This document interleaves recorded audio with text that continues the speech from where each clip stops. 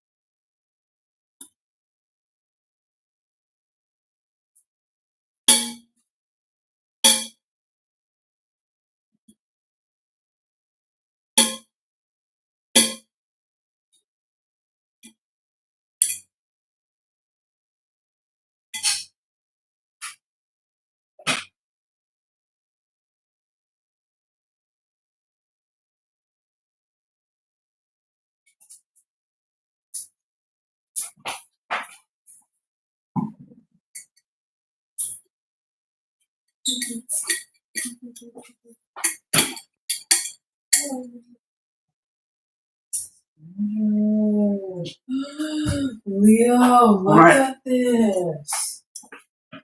This came off the door. Okay? You need to knock. That happened.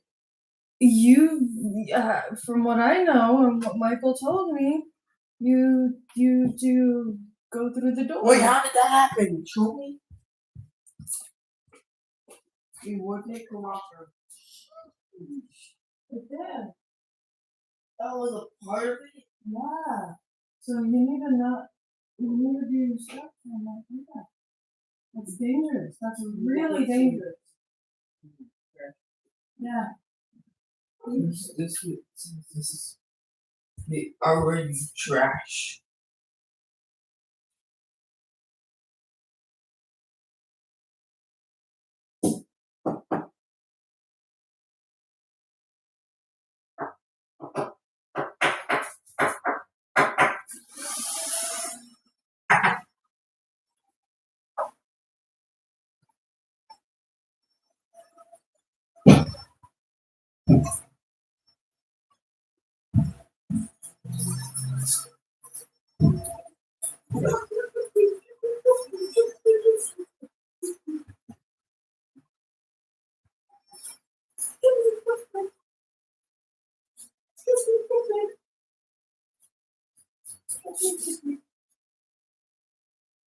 Chocolate cupcake.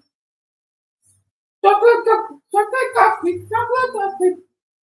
Chocolate cupcake. Chocolate cupcake.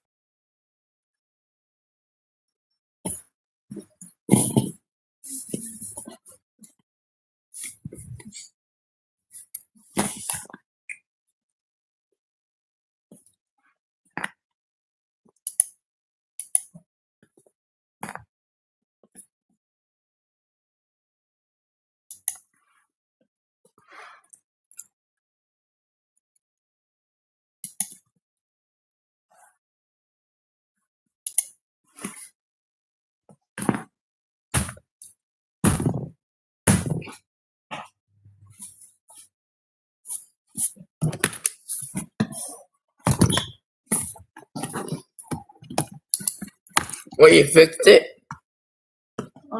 No. I just finished that.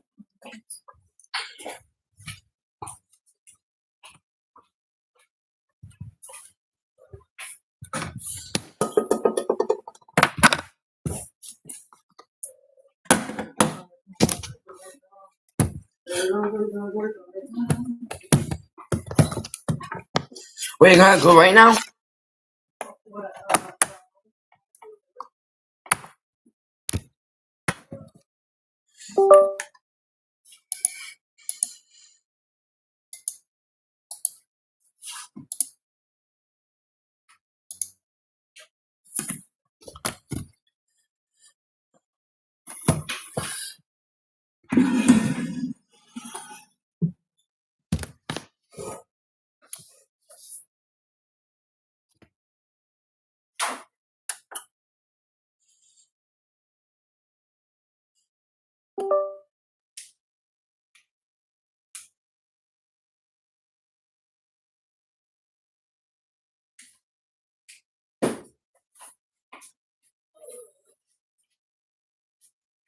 You see that? That's my studio. It's where you can stream and also make videos. See how people can see you? This is called a live. Is it live? Yeah. Oh, You can- shoot. Well, I don't want to be live. You can see it. I What do you mean you don't want to be live? It's just a joke. It's a video. It's a video. Okay, whenever I talk yeah.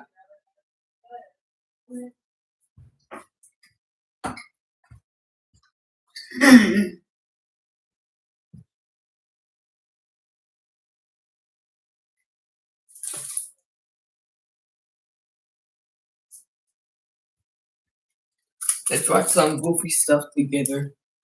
Okay, stream. Another YouTube.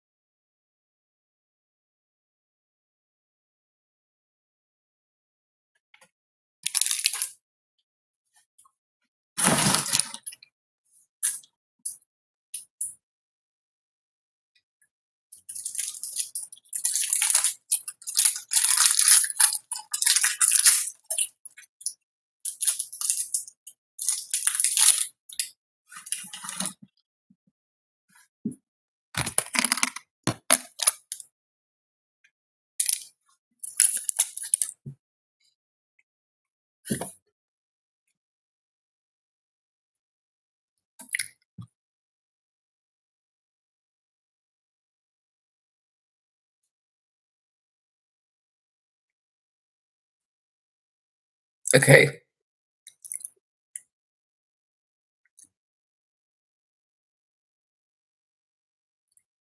So let me stream this to you.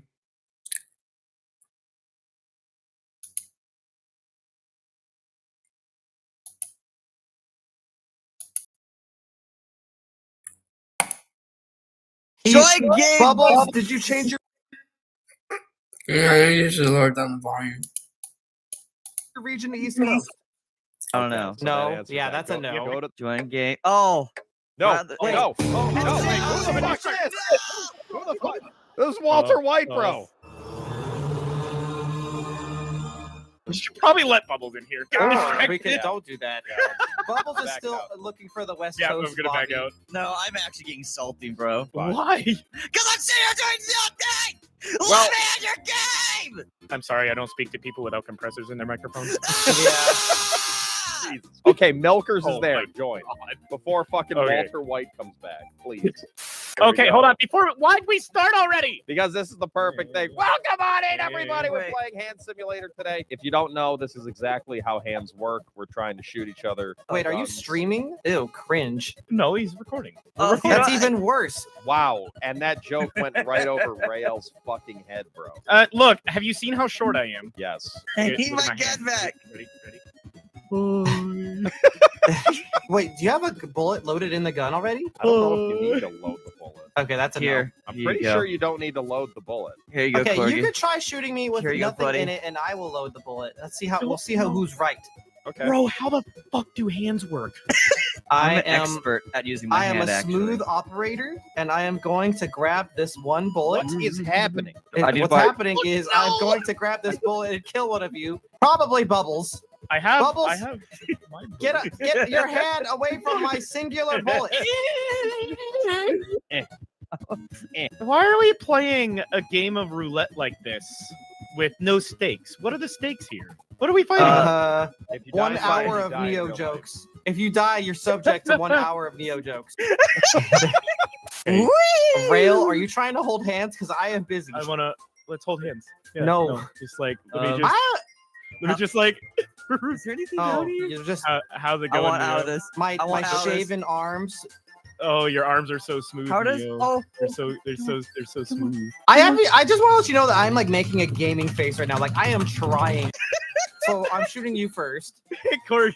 What's up? Fuck. Oh my god. why can't I move my hand? I threw money at Bubbles. I can't move my hand. That sounds like a personal problem. Neo, can you hear this? I don't have game audio. Shut up! Neo, can you hear I'm this? going to You shoot want me to you. turn it up? You want me to turn it up? I don't hear anything. I don't. There's You're no stupid. game. There's no game audio. Yeah, that's why How our do you editors open this stupid gun? are gonna put some Editor, you sick gotta. tunes. Yeah, you're gonna have to put a lot of. Yeah, there we go. Editor, you're gonna need some really badass like orchestral like black metal background music with explosions. And, I have a you problem. know, maybe have some like elephants raining Gun from is the on the ground. top of the screen. Give me that bullet. Oh yeah. Fuck out I of want here, that bullet. Neo! I want that- What the I want fuck that you bullet. doing? Give me that I bullet. need this. No, get the fuck Did out! we all lose our No, No, you it's can't. mine. You can't have No, it. you guys. You are It's literally mine. I need breaking it. my gun in half. I need it. Let fucking go! I need it. It's No, mine. no. I Holy dropped mine. what I nefarious dropped act- mine on the ground. What? It's not Prolonging good the anymore. inevitable. Yes, Corgi, you're fucked. Oh, did Corgi get one? Oh no!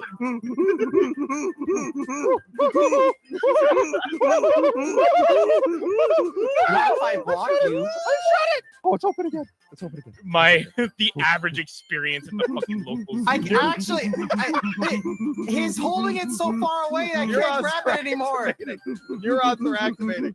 Neurons are activating. Get in there. Bookie, no, Corgi, no. I'm trying No. to stop him. No. I can't reach it. If you let go, I will shoot Bubbles in the face. Okay. That sounds like a good Am deal. I in? Am I in? That sounds like a good deal. Oh no, push it What in, am I push it in, hearing push it in. over Am I They're in? teaming up. Am I They're in? teaming up. Corgi, they're on a team. Hold on, They're I'm on gonna a let go, team. I'm gonna They're let go. teaming up. Push it. Yes, let go. No, no, no, I no, don't no. Corgi Alliance. Corgi, team up with me. We're gonna take it to our team. Let go. I don't think- I'm sabotaging the operation. Out of context, Let everything go of the over there bullet. right now is very awkward. It's not turning anymore. But it's in. And it's in. And Rail's like, I don't know how to let go. Stuck to my finger! What's happening with my hand? Your hand is stupid. Give me the gun. It belongs in a smarter hand. Do we have the bullet in the Hold gun on. yet? Hold on. Whoa, We're almost whoa, there. whoa, We're whoa. almost there. It's, We're almost there. We're almost there. We're almost there. Go in. Shove it in there. I'm Shove it in trying. there. Dude, it Shove won't. it in It there. won't go in. Insert. It Insert. won't You go might. in. It won't go. I thought Is you it were too the. I big? thought you were the master of insertion. Listen, I think he's too. I think he's too big. No, no, He's too big. no. There you He go. won't fit. Hold on. Corgi, you have to hold Wait. the gun facing down and drop the bullet in. You have to hold this fucking. This town's probably big enough for the both of us. But I don't like you. Oh, you don't build a barn, dumbass. I don't like you because you're blue. All right, boys. This town ain't big enough for the four of us. Sheriff says we gotta solve this problem ourselves. So, Oh, Like I'm gentlemen. gonna solve it. like gentlemen, I'm so focused right now. we're gonna point these here firearms at each other. If this was a real gun, I would be hurting my fingers so bad right now with what I'm about to do. Oh, it scared me. Well, I took care of the problem. Who's next? Neo, get out your last words. Ah! My last words are, you suck.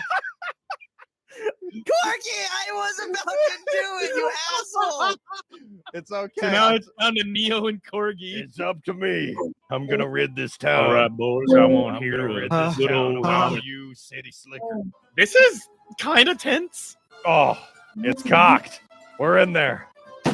Let's go! No! 3 shots, 3 kills, partner. Whatever. Oh my god. And Bullshit! that, boys, is Red Dead Redemption. I need to cock it. I need to cock it. I need to cock it. Come on. He's And trying. then do we just click to shoot? Is that what? Is that how it works? No, you if have your to pull the finger's on trigger. it- yeah, you have to pull the trigger. Oh. Rael, have you not grasped how this game works yet? Is that a pun? Because that was good. Oh no, it wasn't. But yeah, Firmly what? I'll take grasp it. it. Okay, if I take Bubs, the, Bubs, do you think I could have that? I'm playing this like Ask again later. that was scary. I'm playing this This like the Discovery Channel. Okay, if I take away Bubbles' food source, he will slowly die. So therefore, I need to kill Neo first. What? No! No! No! No! No! Oh! I'm already blocking with a cup from Bubs. Hold on, we go again. No! We go again. I can't get this to fucking cock. Yeah, let's go. That's mine! Now Bubbles will slowly wither and starve. Okay. Ah! Oh no, he Fuck. lost his gun. No, but oh. Hi, How's it everybody. going? I'll make this quick and painless for you. Oh. Saddle up, partner. I like how even my legs have incredible pores. Bubbles, do you have any last words for me?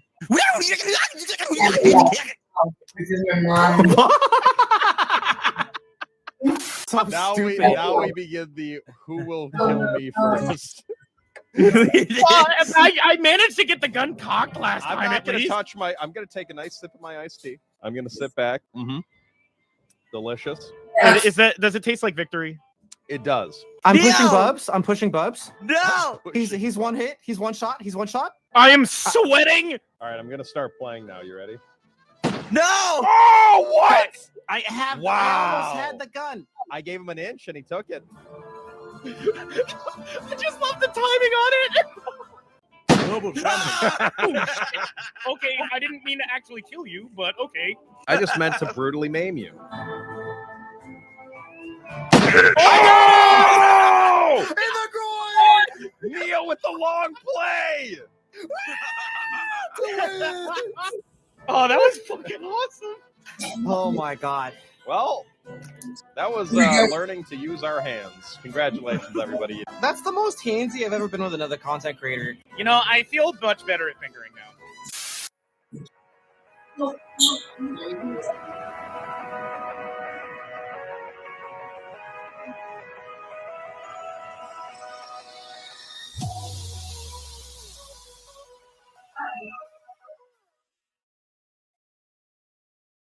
In part 1, which you need to watch if you haven't yet, we left off with us riding the minecart, some rocks start falling, a face appears, and suddenly we float off and are pulled into the face's mouth into the void. Next thing we know, we wake up in a dark room facing what appears to be the same door from before, but this time with the writing, "How rude, knock first." Guess our radio friend still doesn't want us joining him just yet. Walking through the door, we find ourselves in a long hallway, and halfway through, our radio friend speaks to us again.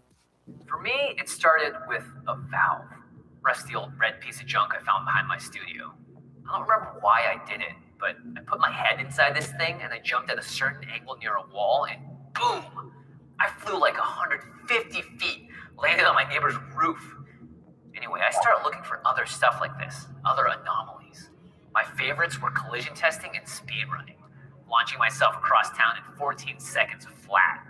My neighbors kind of hated it though. They were trying to forget their old lives and watching me skip across the rooftops like a stone reminded them. But that's baby food. You can screw with the limits of Fantasyland till you're blue in the face, but you're just fast. You're not going anywhere. I was pushing against the limits, but nothing was ever gonna really change. Until I went into the sewer. He talks about his life in a virtual simulation and then accidentally breaking that world with a red valve. Obviously a play on words, we're referencing the valve index. In another long hallway, we fight our way through a number of omni projectors, and at the end of this hallway is the elevator that's out of order. Could this be the same elevator that broke earlier? We find one office door open with another radio inside. I was down there for a week, looking to shave a quarter second off between the bus stop and Admiralty, which was like a half mile away. One day, I I hit my jump at the wrong angle, and I go head first through what should have been like a concrete wall. Only it wasn't. I passed right through it. I land in this tiny little box of a room, can barely stand up in it. Right away, it doesn't feel like I'm supposed to be there.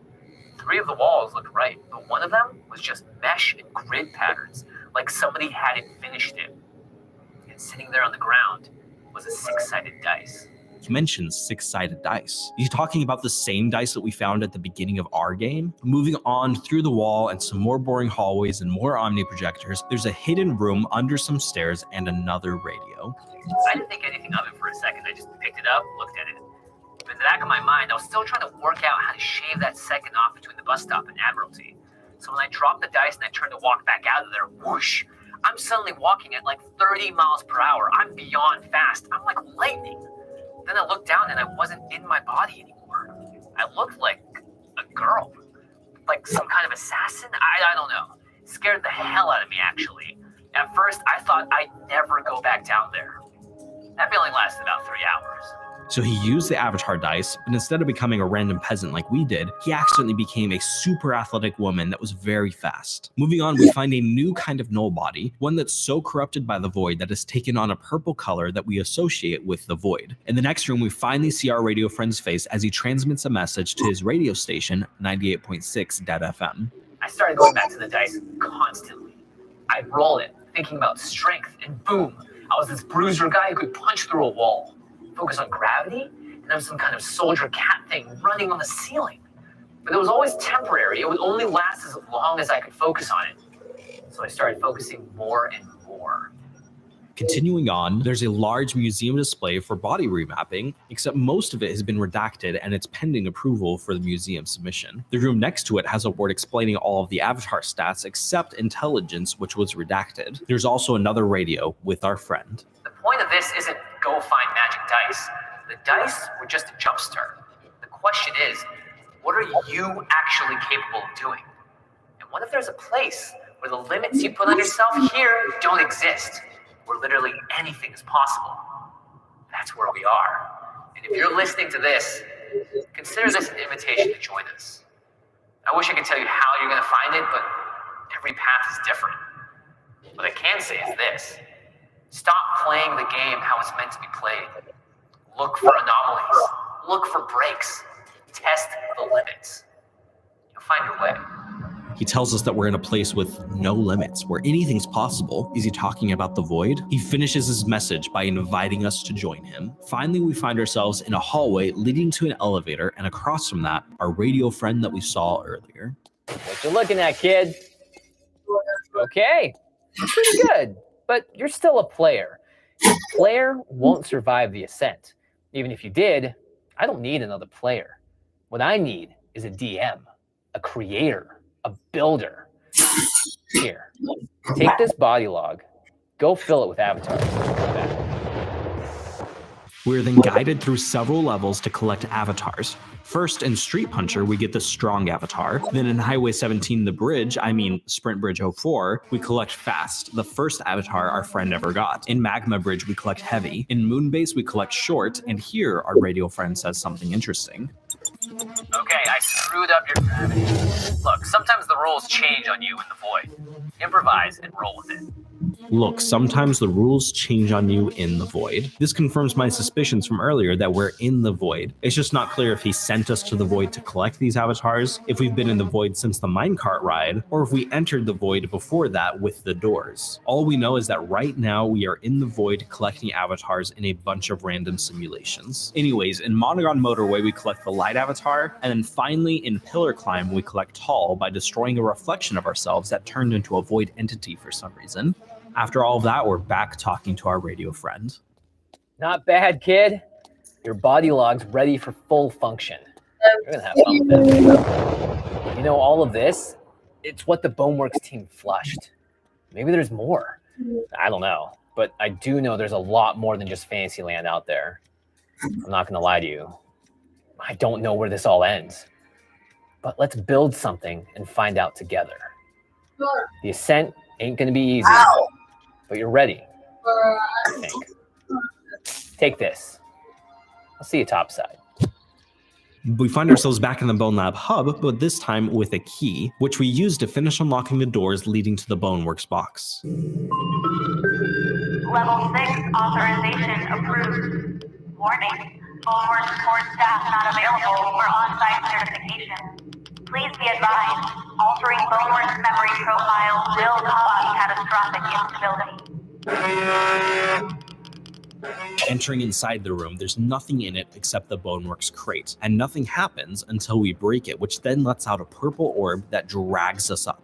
We wake up in an empty black room with nothing but a single launch pad. This takes us up to a series of strange puzzles that we use our new avatars to help us solve. We also fight off several skeletons and null bodies along the way. Ultimately, we find ourselves ascending higher and higher as we move forward, ultimately finding ourselves in the recycling area where the majority of the game's launch trailer was recorded. Fighting off more enemies and solving more obstacles, we eventually get to the medieval management offices, but these aren't the same offices we were at in the beginning of the game. Remember how in the beginning there was a lot of quarantine doors that were shut? It appears that we're now on the other side of those quarantine doors. Finding off more Omni projectors and some Nullmen having a party, we keep moving up higher and higher until we get to the transit station. Except unlike earlier, these trains are actually working. We finally exit the transit station, finding a more medieval aesthetic with Nullmen dressed as peasants, and a new enemy known as a cultist. What are these messages written all over the place? Is that written in blood? Several of the messages are the precepts of Heaven's Reach, such as pay no heed below the belt or the rejection of all modification. And another message says, these are the laws we chose for peace, no more. The people of Heaven's Reach are rejecting their tenets. But why? What happened? Other messages say they abandoned Heaven's Reach. How could they? Why? On the table, we see a model of Heaven's Reach with arrows pointing to Tuscany. Is this suggesting Monaghan has abandoned Heaven's Reach for other projects? A clipboard from the Lava Gang actually confirms this. The clipboard also shows us that we are well past the point of no return. If we stay here, we'll be stuck in a long-forgotten back closet of MythOS forever. But if we can make it to the Void, we're welcome to join them. It says we're building something new and expanding on what's been found. Grab what you can, and we'll see you on the outside. Lava Gang was here. As we continue on, we see more and more messages. Why can't they work on this forever? Abandoned. Why?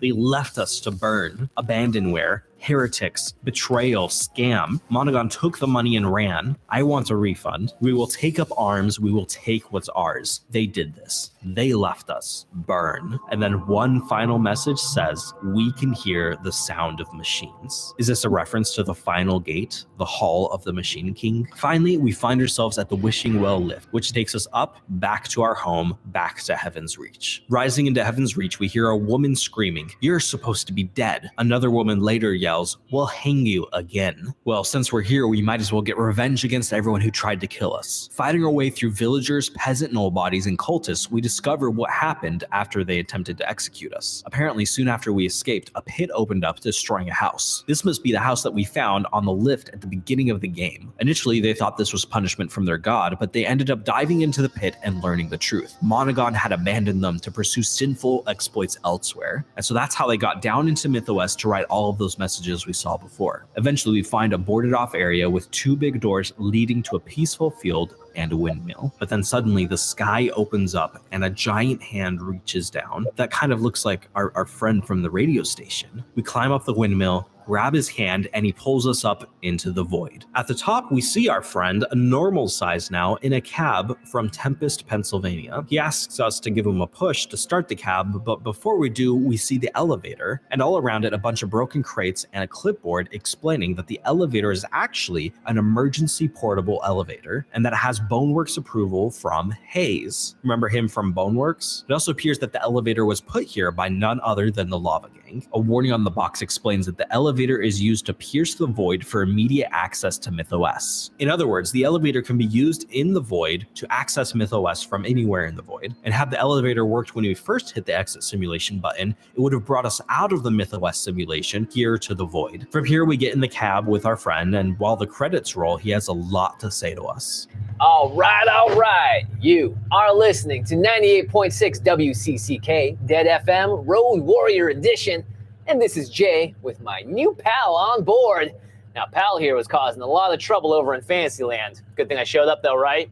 Now we're headed into the city, but as you regulars out there know, we can't just drive there.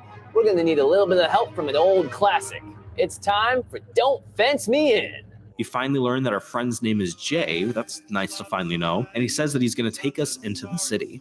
The song is the road. Without it, we're just driving in circles and we never arrive. The song Don't Fence Me In is a reference to the game's overall theme of breaking the game, playing outside of its limits, modding it, and creating whatever we want. Just relax. Time's a little blurry here. You're at the end, but you're also back at the beginning. Don't try to understand it. It'll hurt your brain, and you got to be careful with that thing. Because here, all you got is your mind. This place is nothing but minds. What he means by we are at the beginning is that he's actually taking us to the game's initial menu where we can restart the game. Since the void exists outside of space and time, we aren't on a linear timeline. We have both beat the game and just started playing it again. In fact, when we first see him in the cab, we can hear him repeating this line, the first thing that we ever heard from him as we were being executed. Look, folks, this stainless steel signature edition blade will cut through anything. But it's not going to stick around long at the nice price of $19.99, so call in right now and get cutting. Presumably, he's saying that line to us again or to another player who just started their journey to join the Lava Gang in the Void. Don't try to make sense of it. Like he says, just accept it for what it is. It may look peaceful out here, but it isn't. There's something hostile out there. It's been here a while. It's got a head start on us. That's why I do this. Some people think we need an army. Others want like a big legion of clones. Don't get me started on that. But I don't like armies. I want something different. I want Hellraisers pointed in the right direction. I want controlled chaos. Like you. See, everything out here is about building, about creation. And the more that we make stuff, the more our minds connect to each other. In this place, any haphazard group of individuals is going to get wiped out. But a united force, that can survive. That's what we have to become before they get to us. He again hints at some hostile being that's been there for a while. Like before, this feels like a clear reference to the third and final gate from Duck Season that we have yet to explore. That is the Machine King Gate. And here's Jay recruiting people not for his army, but for his gang of creators, specifically the Lava Gang. He also mentions a big legion of clones that could be used, possibly a reference to Boneworks and all of the Arthur Ford clones. But he doesn't want any of that. He wants Hellraisers pointed in the right direction, controlled chaos. He is officially welcoming us into the Lava Gang, and he wants us, the real-life players, to now go and break the game and create. You're on your own from here on out, pal. I'm not allowed any closer. It's a long story. But hey, welcome home. Everything's possible for Lava Gang. We finally arrive at our destination, G11.4. And if you've been paying attention to the taxi fare, that means that we owe him $4 according to his flat rates. Some of the other available destinations include Pyle, The Front, and Gunth's. Gunth's is a reference to Hover Junkers, Stress Level Zero's first game, where a character, Gunth, has a garage and a diner. As for Pyle and The Front, we can only speculate on what those are. As we walk away from the cab, he says that he has another caller and drives away, telling us to start building. And if you hang out here long enough, you'll see that he's actually driving in a long circle. Now, there's lots of random Easter eggs all throughout the game, especially here in the cab and at G11.4. If you want a full explanation of all the Easter eggs and lore clues, please let me know in the comments. But for now, here's what I found that seems especially relevant to the story. First off, we find Arthur Ford's ID left behind in the cab. When he entered the Void, he must have been picked up by Jay just like us. Further proof of this is in the menu graffiti area where we can see written, Arthur was here. Next, when Jay first picked us up, he said we'd be going into the city, but there's obviously no city here. The city he must be referring to is this 4-dimensional Tesseract city block. The block says every Genesis Hypercity is a memory-capped scalable municipality layered in 4D spaces. So the city is contained in this 4D city block, and it has all of the components that you would need, like a physics stability, Vismats, liquid light, shader material recycling, and resurrection field, of course. And this city block is apparently up to code. We can see written on it various city laws and city light settings. On the side, we see a drawing of X, a benevolent being from the void that helps us extensively in Duck Season and Boneworks. Several messages on the city block also tell us to look on top, where we see a message from Stress Level Zero thanking us for playing their game. We also see To the B-Side, a reference to how the Stress Level Zero devs want to release a sort of B-side to the game. In a whiteboard in the Stress Level Zero offices, we actually see them hinting at a puzzle that they want to release after launch. And next to it, we see some notes about how losing their company ID cards would pose a serious security threat. The theory right now is that the B-side they want to release will involve collecting these ID cards, matching them up to various locked doors that all have keycard scanners. Currently, I've only found one door at the minecart ride, which leads to a control room with nothing of particular interest. But maybe in the future update, we'll see these keycards get used. And lastly, we see the Machine King symbol, again hinting at the looming threat coming in the next game. Now, I want to thank everyone in the Stress Level Zero lore community for helping me decipher various clues and clarifying different plot points. This video was a lot of work to make, so if you enjoyed this video and are interested in learning more, then make sure you subscribe. Thanks for watching.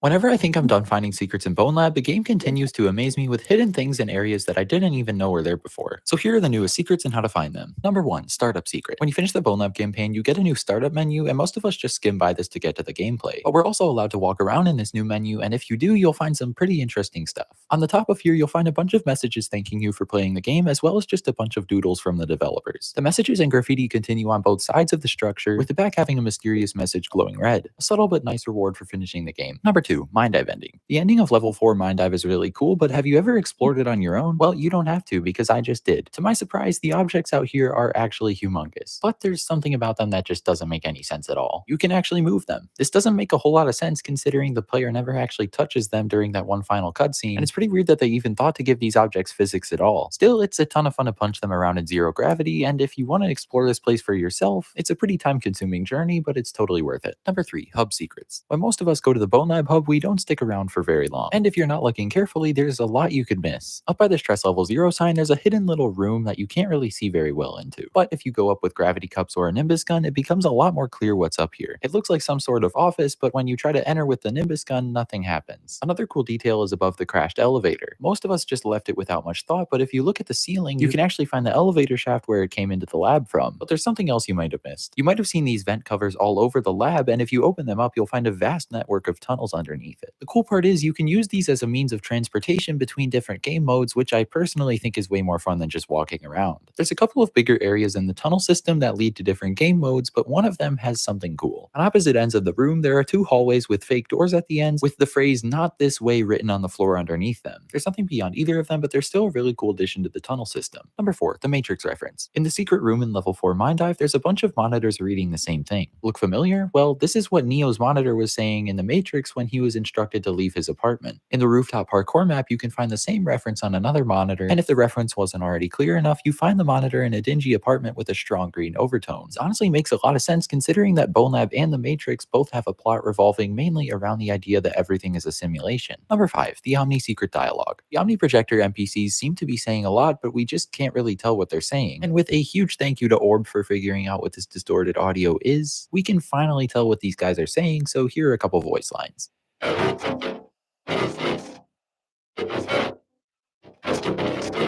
Obviously that wasn't all the voice lines, but still, as the most intelligent NPC, it's cool to see what these guys are saying and how they're reacting to the player. Before we get into the final and most interesting secret on this list, it's time for...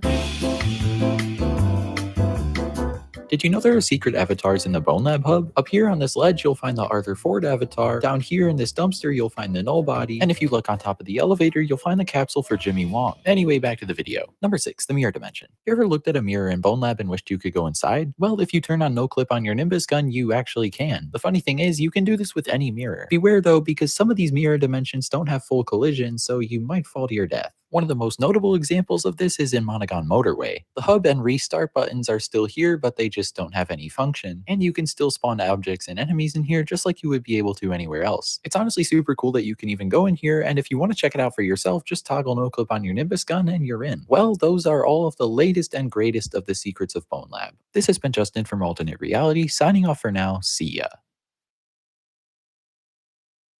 The world is divided and Bone Lab is to blame, but between the overhype and janky physics, there's a lot of good to fill in the gaps. So here is everything good and bad about Bone Lab, starting with the good. The physics just make sense. Everything has a mass, weight, and volume, and whenever you punch or throw something, it just acts exactly like you'd expect it to. The fact that it's so similar to our physics in real life makes it 10 times more fun to pull off crap like this. There's also a lot of different objects that you can destroy just like you can in real life. The game makes use of these physics in 6 unique game modes. There's experimental, arena, tactical trial, parkour, sandbox, and mods, and more on that one later. Each game mode offers its own fun, unique experience, and they're all very polished and well made. Something else very polished and well made is the secret areas hidden throughout the game. The developers hid a lot of cool secrets out of bounds. These rooms are all over the place, and if you find them, it feels pretty cool. Some of them have movie references and others include lore. All of the detail put in by the developers just really goes to show how much thought and effort was put into this game. And the effort gets even crazier in the damage system. The damage system is super well done. If you make an NPC mad enough, they'll start to fight back, and if you punch them in a single area a bunch of times, that part of their body will become weaker. To make it even more realistic, getting hit by a heavy object also instantly kills most enemies. And if you want to find the perfect avatar for beating up null bodies, look no further than the avatar system. The avatar system is one of the coolest things about this game. Things like avatar strength and speed are determined by the size of the different parts of the avatar's body, where an evenly proportioned avatar like a null body won't be too strong and not that fast. An avatar with small arms and big legs won't have much strength to speak of, but a lot of speed behind them. What's really cool is that you can switch your avatar on the fly. This also works with modded avatars like our boy Saul Goodman. But the best part about this game by far is mods. The modding community has been super active since day one, and not even a week after the game's release, you were able to do crazy stuff like drive a go-kart on Woohoo Island from Wii Sports Resort as Saul Goodman. Since the game natively supports mods, it's not actually that hard to do. Modding the game just makes it 10 times more fun, and if you're stuck on what to do, I have a tutorial which I'll link in the description. All things considered, Bone Lab is a really solid VR game, but it still has its fair share of issues, which leads us to the bad. As I said before, the physics in Bone Lab are phenomenal. Well, most of the time anyway. Sometimes you'll get stuck in an object that seriously hinders your ability to fight, and 99% of the time you're gonna have to wave your arms around like an idiot just to get it off of you. And sometimes different objects get stuck inside of each other and just fly around. If you throw an object at something that has movable parts like an elevator door, there's a decent chance it's gonna get stuck. In some cases, the object will actually fall under the map, and this is super frustrating if you actually need it to progress any further. A lot of people have reported the physics system to be really janky and cumbersome. Like, why does the game think it's a lot easier to lift my entire body off the ground than it is to just push a couple of levers? Like, why am I not anchored or something? To make matters worse, avatars with shorter and weaker arms have a ridiculously difficult time climbing over ledges. This is especially frustrating with avatars like the light and fast. And even though you're supposed to be able to crouch with the right joystick to make it over ledges easier, it's still really difficult with these avatars for some reason. But that's not the only confusing thing about this game. The way you collect different items and NPCs is through these little toy capsules which you just grab and open up. Unfortunately, the game gave little to no explanation of how to do this, so most of us just banged them on the wall and shot them like idiots. Another issue? Well, a lot of players, including myself, thought that once you got to the Bone Lab, the campaign was pretty much over because there's no clear way to progress from here. It took everybody a Google search to realize that you're supposed to go up these stairs, put these batteries in a generator, and use these levers to move a crane to put these orbs in place. Long story short, the game could have done a much better job explaining things. Obviously, Bone Lab has its issues, but none of them are really anything that an update can't fix. I honestly think one of the biggest reasons people hate this game is because it got way too much hype for its own good. So while it may not be the immaculate physics simulation that we all expected at the beginning, it's still really premature to get mad at Stress Level 0 for this. And aside from all of the bugs and issues that I did mention, this game is phenomenal. Regardless, it still makes sense that people are mad. This has been Justin from Alternate Reality, signing off for now. See ya.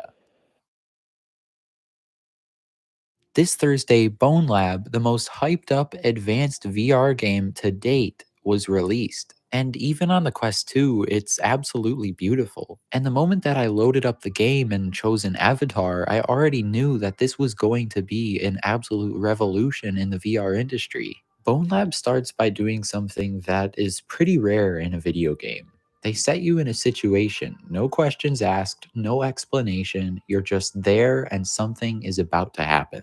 Your character is about to be hanged, and tensions start to rise when the platforms below you start giving way, when all of a sudden a knife appears which you use to cut yourself free, and all of a sudden you find yourself in an abandoned research facility underground. The longer you spend in each area, the more you find out about the game's physics system and just how advanced it actually is. You'll also discover more weapons and gameplay mechanics, and bits of the story are also told by these clipboards written by Boneworks employees. And that's honestly one of the main reasons I love this game so far. Instead of just throwing all of the story and features in your face, it lets you discover them on your own. The game continues to do a really good job of this throughout the first main part of the story until you come across the elevator that was seen in the original Bone Lab teaser. After a failed attempt to reach the next floor, you find yourself in the Bone Lab. While this is the point that the rest of the game stems from, there's something else super important that you'll find here: the Body Mall. And this is where the avatars get really interesting. You can select a bunch of different avatars, but based on the measurements like t-shirt size and height that you gave the game at the beginning, as well as the measurements of the avatar you selected, and it'll work out some crazy black magic so that if you touch your arm, for example, even if the avatar is completely misproportionate to your own body, it'll still touch its own arm in real time. And this added an insane level of immersion that I didn't even really think needed to be there until I played it myself. And as astonishing as this is, there's a huge problem that people have had with the game so far, and that's that they don't know how to progress the story from this point. And if you don't want me to spoil the satisfaction of figuring this out on your own, just skip ahead 30 seconds. The story continues when you go through this giant door that says quarantine on the front. And how do you open it? Well, there's a little bit of a catch. If you enter a game mode for the first time and go back to the lab, a yellow orb will appear on top of the structure that game mode is based in. Once you have all 6 orbs from each of the different game modes, go up to this staircase that's to the left of the Body Mall, and then you're going to make your way to this power generator where you're going to put 2 batteries into these sockets. Now go to the control panel that's right next to it, and then you can move around a small scale model of the crane in the lab, which will move the actual crane in real time. If you've unlocked one of the orbs, there should be a small line indicating where it is, and then you can move the crane to pick it up. If you unlock all 3 orbs from the same side of the lab that the quarantine door is on and drop them into these 3 spots, you will unlock that area. And back to the story mode, there is something that I really need to say. Everything about this game just feels right. If you see an object that looks destructible, it probably is. And that's what makes this game so enjoyable. You don't need a tutorial or instructions, you just kind of know what to do by nature. Literally everything has its own mass and weight and ways to destroy it. It's so natural feeling that it doesn't even feel like a VR game at some times. It does such a good job taking advantage of our human instincts to just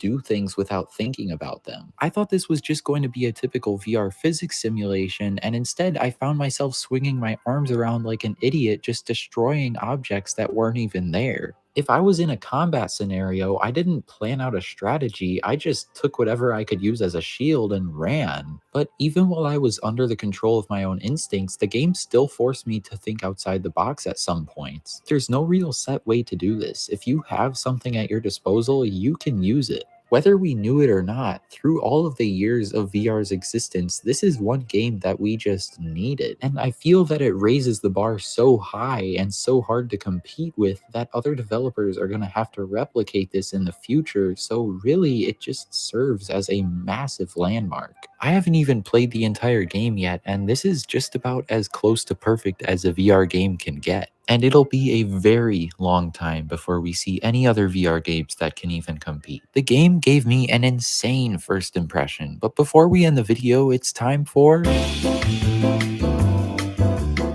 Bone Lab has one big bug, and it's kind of hilarious. If you get a mace stuck in a barrel, it will occasionally start spinning for no reason at all. I have no idea why it does this, but it was honestly super hilarious, so I decided I would share it with you guys. Anyway, I'm enjoying Bone Lab so much, and if you have $40, I would totally recommend getting it. This is Justin from Alternate Reality, signing off for now. See ya. So patch 2 for Bone Labs has dropped, and it's a pretty substantial update. So I'm going to be going over all the major changes. One of the most important things to note about this update is that it does break some mods. Most simple mods like avatars, maps, guns, and NPCs are going to be fine. But for the more complex mods, you might run into some issues. For example, this awesome mod, The Force by Tankful of Oofs, sadly doesn't work anymore in this update. But I'm sure the guys who make these mods will update them and get them working again. Just give them time. Okay, on to the fun stuff. So in every level in the game, I think there is a secret dev room. As you can see, this was less of a secret. It kind of really stands out if you've played the map before. Okay, so here we are. We got this secret little room here, and there is a keycard reader. If you played through the campaign, you might have seen some keycards and not know what to do with them. And now this is what they're used for. And we can find the keycard for this door all the way back there. So up here, you'll notice there's a new platform. If we just climb up here real quick, you'll see there's this new area. Boom, got some lore. Whoa, crazy. And we got a dev keycard. And this one belongs to my boy Steve. So we can just run this over to the scanner real quick. Boop. And now we can go into here. Oh god, wait, this is this is kind of scary. Got more lore. Crazy, dude. We got a little baseball bat. And we got a new unlockable right here. The baseball bat. Oh, we also got a little secret creepy tunnel. Where does this go? Oh, okay. That's kind of cool. Just a hole in the ceiling now. And we're back into the map. So there's one of those for every level in the game. I could do a video on all of them, showing you how to open them all, but that'll be really long. And I'm sure people will get to it before me. But if you want to see it, then you can comment. I read every comment, every single one. All of them. Another big change is here on Sprint Bridge, where apparently there's a helicopter now. Oh my god. Oh, that's sick. What? Okay, major like Half-Life vibes from that. What the fuck? Dude, this whole level just gave me Half-Life vibes even before that helicopter. Look at that thing. Oh my, okay, it can shoot you. It can shoot you. Can you get to it? Hold on. There it is. I want to see if I can get on it. Oh, it bounced me. Wait. Ah! No. Oh, shit. Oh. What if I constrain myself to the helicopter? Can I ride this thing? I want to ride with you, brother. Please. Okay, here we are. Oh my god. Oh, you can die to the rotor blades. Okay, note taken. I'm not giving up though. Here we go.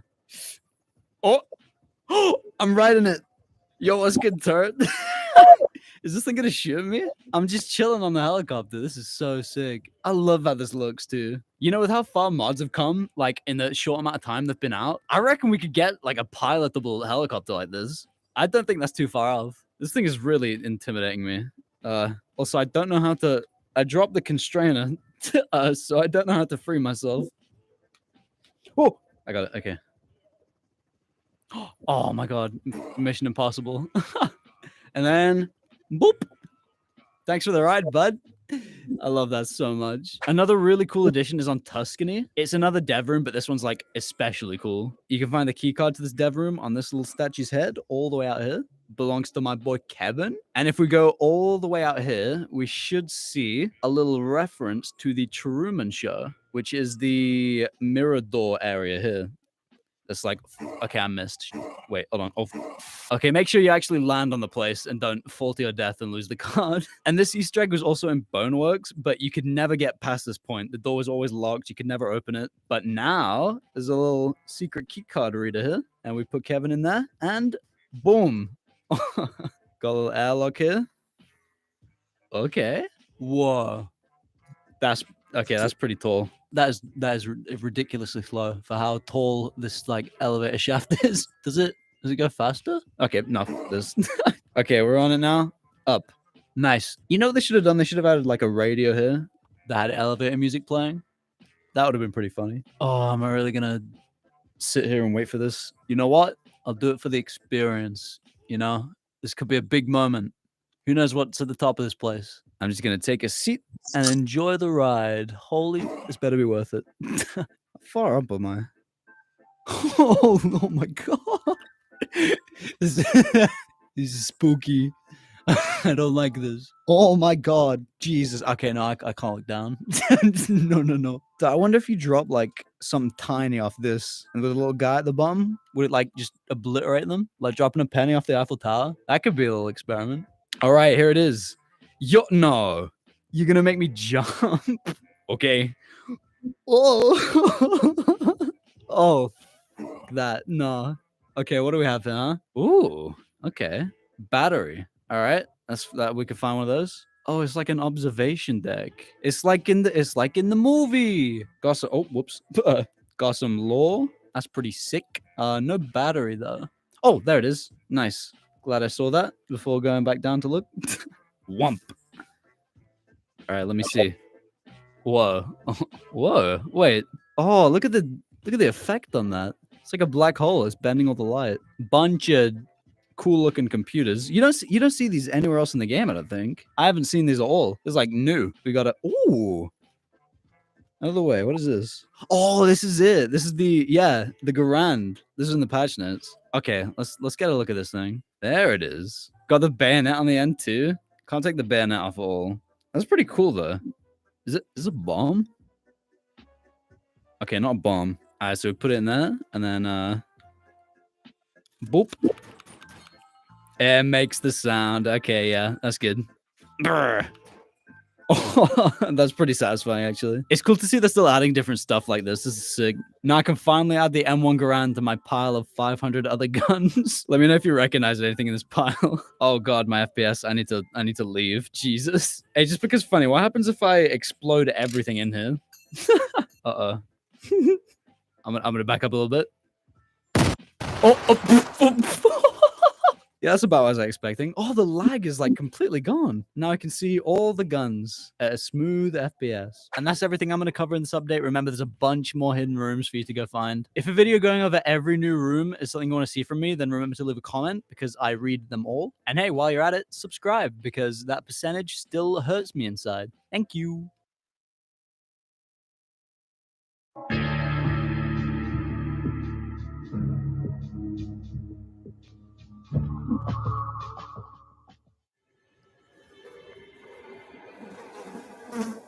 As much as zombies are ubiquitous in video games these days, that really wasn't the case back in the early 2000s.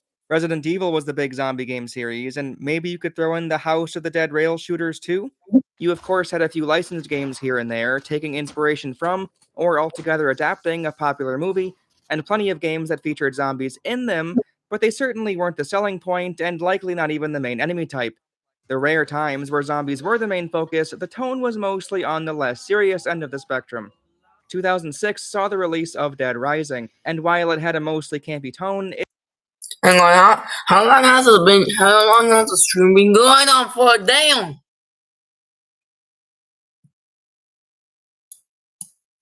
gonna stop sharing this.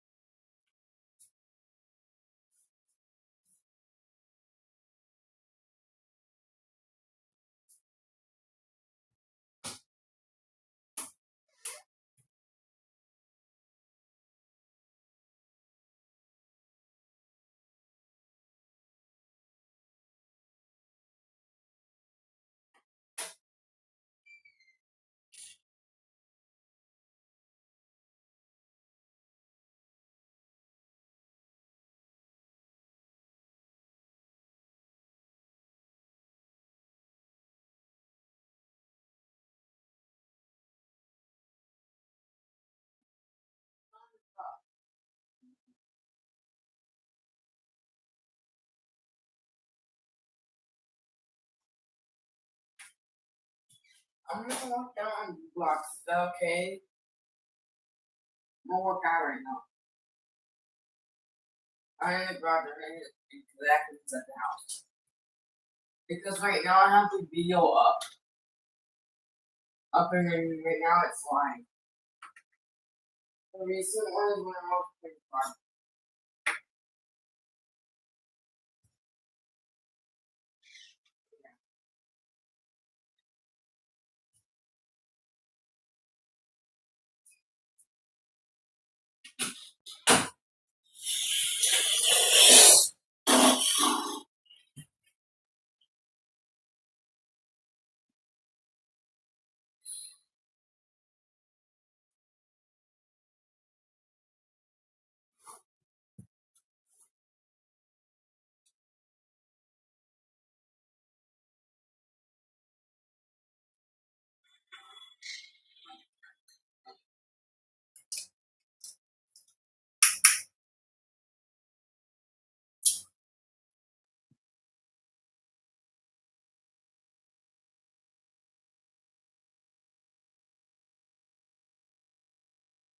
Let's go.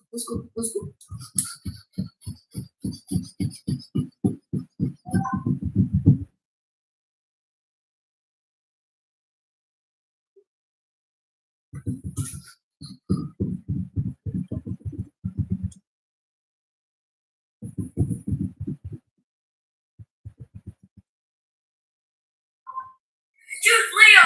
Yeah, what? Yeah, what? You know how you brothers was on shutdown? Yeah. Just got hacked and Oh, Version because freeze out. Check it out. Version freeze out. You have to play the tutorial first, but version freeze out. Thankfully, I'm an OG and it gave me my version 1 cosmetic. I'm in Bone Lab right now. I'm about to play some Blue Box. I'm gonna work out. Hey, you wanna know something? Yeah, sure. The bathrooms is a thing now. Yeah, I know. If you haven't played the Backrooms, it's in J modes. I already did. I already did the version 3 tutorial, so yeah. Dude, but you've already played this? You know about this? Yeah, the Backrooms is in it. Tiny House is in it. Hangout's been there, and all of the game modes were there. Like Low Gravity was there. Yeah, Bunker wasn't there because of the nuke update. Yeah, where everything decided to get blown up. Wait, how often does it happen?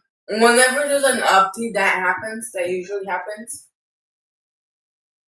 So wait, how do you enter the book? You have to have a code.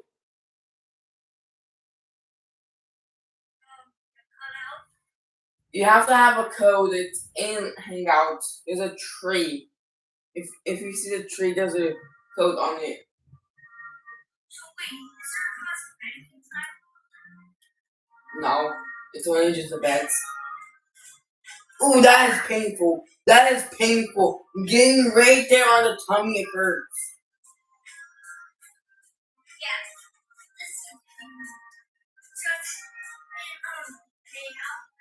Yes. Yes, hang out. Dang!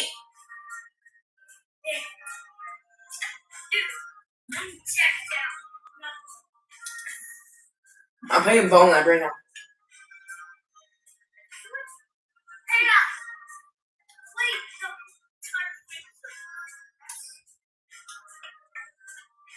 I'm working out.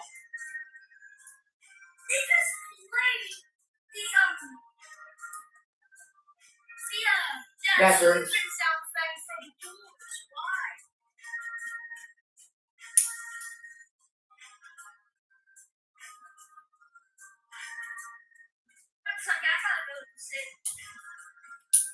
Then I have to do something. I have to put up the volume on the TV. Hey, stream, if you see this, don't worry about this. This is just me putting up the volume on the TV.